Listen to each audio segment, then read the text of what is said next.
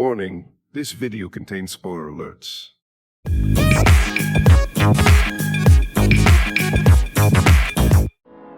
In this series, we'll be looking at every movie in the Godzilla franchise, from 1954 to 2024, and learn about the many monsters who were introduced.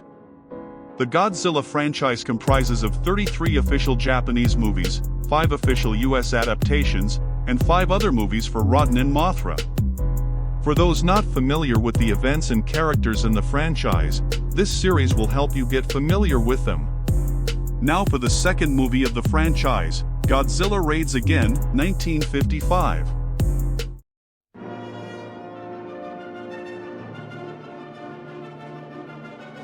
It started with mankind's further development into technology and exploring the unknown in outer space following the recent defeat of Godzilla. They did it to collect information for more deadly experiments in weaponry. Now Japan faced the consequences of man's development. A pilot, Tsukioka, came from a small town off the city of Kyoto, Japan called Kyo. Their village was that of agriculture where they used old-fashioned methods to harvest. They thrived through the fishing industry and used planes to scout for schools of fish that were ready for gathering. Tsukioka was doing his routine surveying of the waters and spotted a large school of tuna, which he reports, signaling the ship below to capture the fish. His wife, Hidemi, also worked for the same company and was in charge of relaying messages from the pilots to the ship.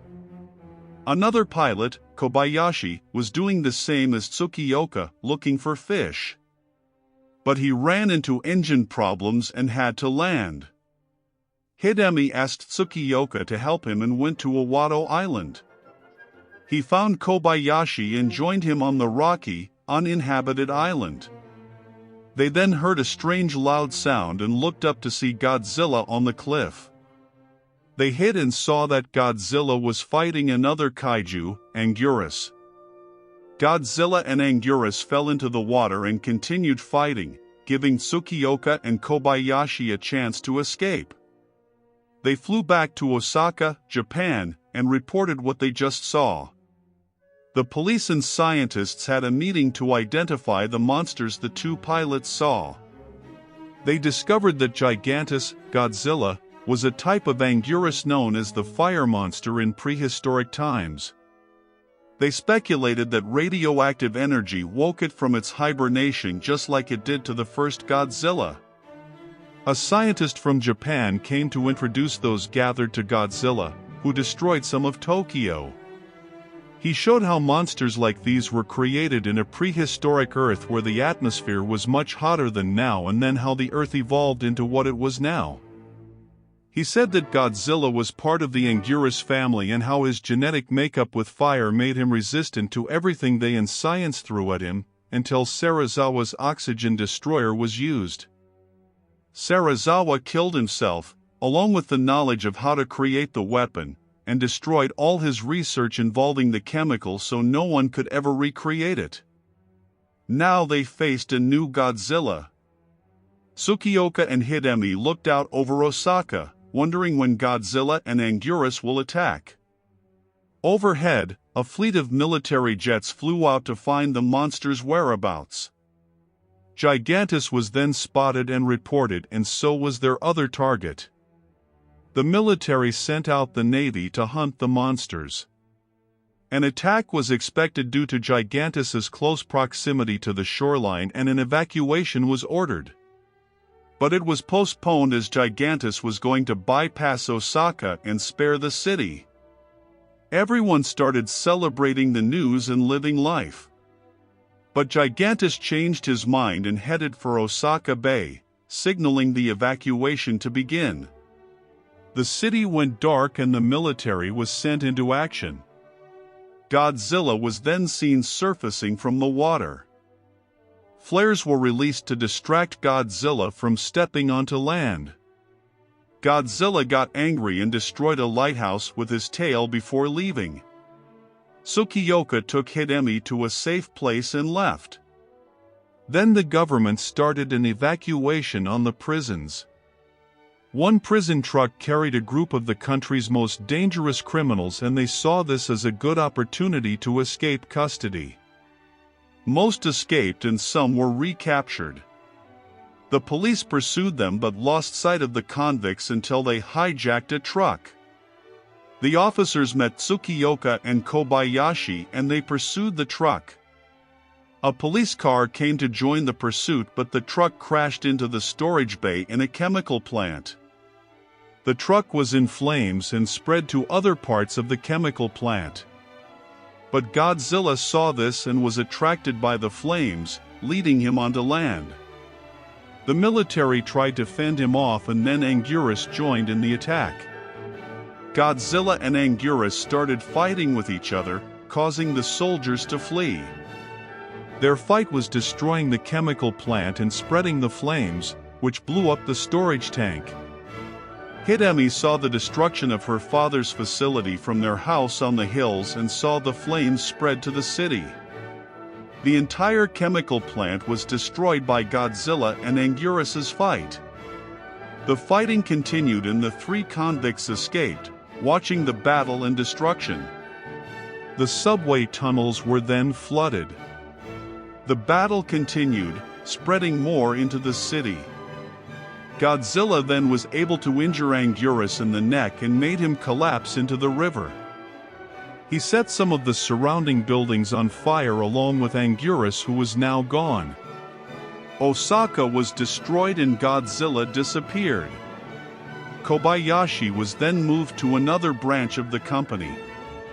Kobayashi was already fitting into the new branch and made great progress in his scouting duty. Hidemi and Tsukioka visited Kobayashi at the new branch, and Tsukioka met some old friends from his previous life in the Air Force. Then they got news that one of the company's ships was sunk by Godzilla, and the military went on the hunt again. The world was put on alert since Gigantus could strike anywhere he wanted. Mass evacuations of major cities across the globe started. Tsukioka was sent on the search, wondering if he was brave as Hidemi said he was, and was getting close to a storm from the west. He then spotted Godzilla in the water. Tsukioka followed Godzilla to an island and circled around to be a marker for the Air Force. Kobayashi soon took over and Tsukioka went to make his report. The military moved into action to trap Godzilla on the island.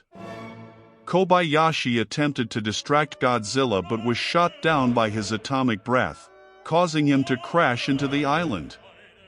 They attempted to bury Godzilla in an avalanche of snow. Soldiers came onto land to line up barrels near Godzilla, but the avalanche did not hold and he got free. They fired at the barrels to block his path. Another avalanche was made and Godzilla fired his atomic breath at the Air Force planes. Godzilla was then buried under the avalanche. A celebration and a large memorial ceremony was held to honor the lives lost in the battle. So, they were calling Godzilla another name this entire time, Gigantus. I can understand what the US was going for to make this Godzilla seem like a completely different kaiju from the first Godzilla. But this was because the producer of the Americanized version of the movie wanted to convince the audience that this was a new monster and not the same one who died in the first movie.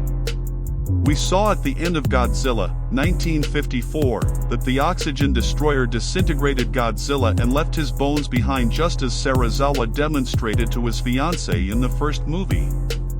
And later on, those very same bones were used to create Mechagodzilla. Godzilla Raids Again is the official sequel to Godzilla, 1954, and is not an alternate universe. This Godzilla, or should I say, Gigantus the Fire Monster, became the new star of the Showa era of the Godzilla franchise. He was just another of Godzilla's kin who was woken up because of atomic bomb testing on the same Odo Island where the first Godzilla came from. Odo Island was the home to Godzilla's kind, just like Infant Island is to Mothra. It was the same as the first movie, black and white in narration. But that changed by the third movie. having two monsters battle it out in Osaka and not Tokyo? The story was interesting and entertaining, from the rise of a new Godzilla to the comedy with the escaped prisoners. This aspect of the story introduced us to the new Godzilla of the Godzilla franchise's Showa era and to Anguirus as the second official monster of the franchise. This movie marked the popular trend we have today, with Godzilla fighting other monsters and human civilization being caught in between them. The next movie on the list introduces the crossover of two titanic forces that were a hit for the current MonsterVerse era of the franchise, and the mood was very different. Be sure to like and subscribe for more. Until next time.